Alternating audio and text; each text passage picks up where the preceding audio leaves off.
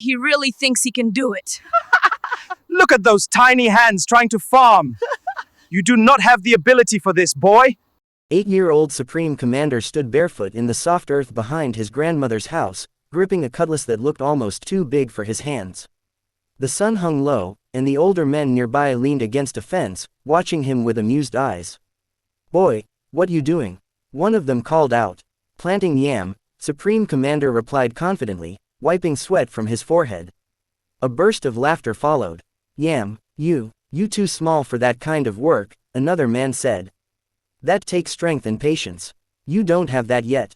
Supreme Commander didn't answer. He simply bent down, dug deeper into the soil, and carefully placed the yam head inside. He covered it gently, as if tucking it into bed, then moved on to the next mound. Day after day, he returned. While other children played, he watered the soil, cleared weeds, and checked the vines as they slowly began to creep along the ground. The laughter didn't stop right away, but eventually, people lost interest.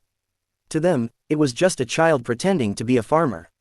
Months passed. Then the dry season came harder than expected. Crops failed. Food became scarce. The same men who once laughed now sat under the same tree, their voices quieter, their faces tense. "Hunger really catching now," one said. Another sighed. "We should have planted more." A third man suddenly looked toward the back of the yard. "What about that little boy Yam? What him name again?" "Supreme Commander," someone answered.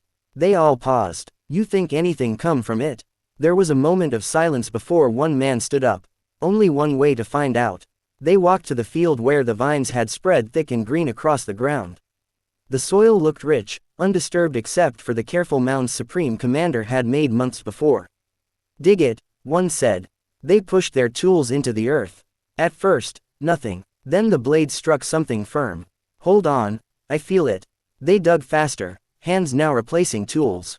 Slowly, the shape emerged, a yam. Not just any yam, but a massive one. "Pull it out." With effort, they lifted it from the ground. It stretched long and thick, nearly 2 feet in length. For a moment, nobody spoke. Then laughter came again, but this time, it was different. It was filled with disbelief and excitement.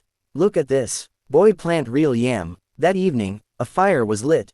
The yam was peeled, sliced, and cooked. The smell filled the air as everyone gathered.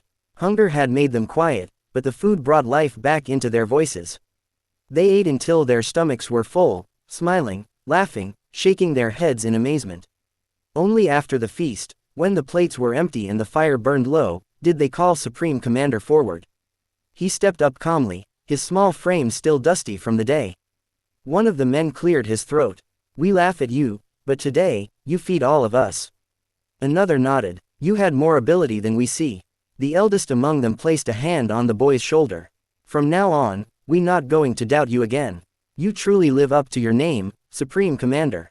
The boy smiled quietly, not proud, not boastful, just steady. Because deep down, he already knew what he was capable of. This is a true story, my personal experience. From that day, I never lost faith in myself. No matter who lost faith in me.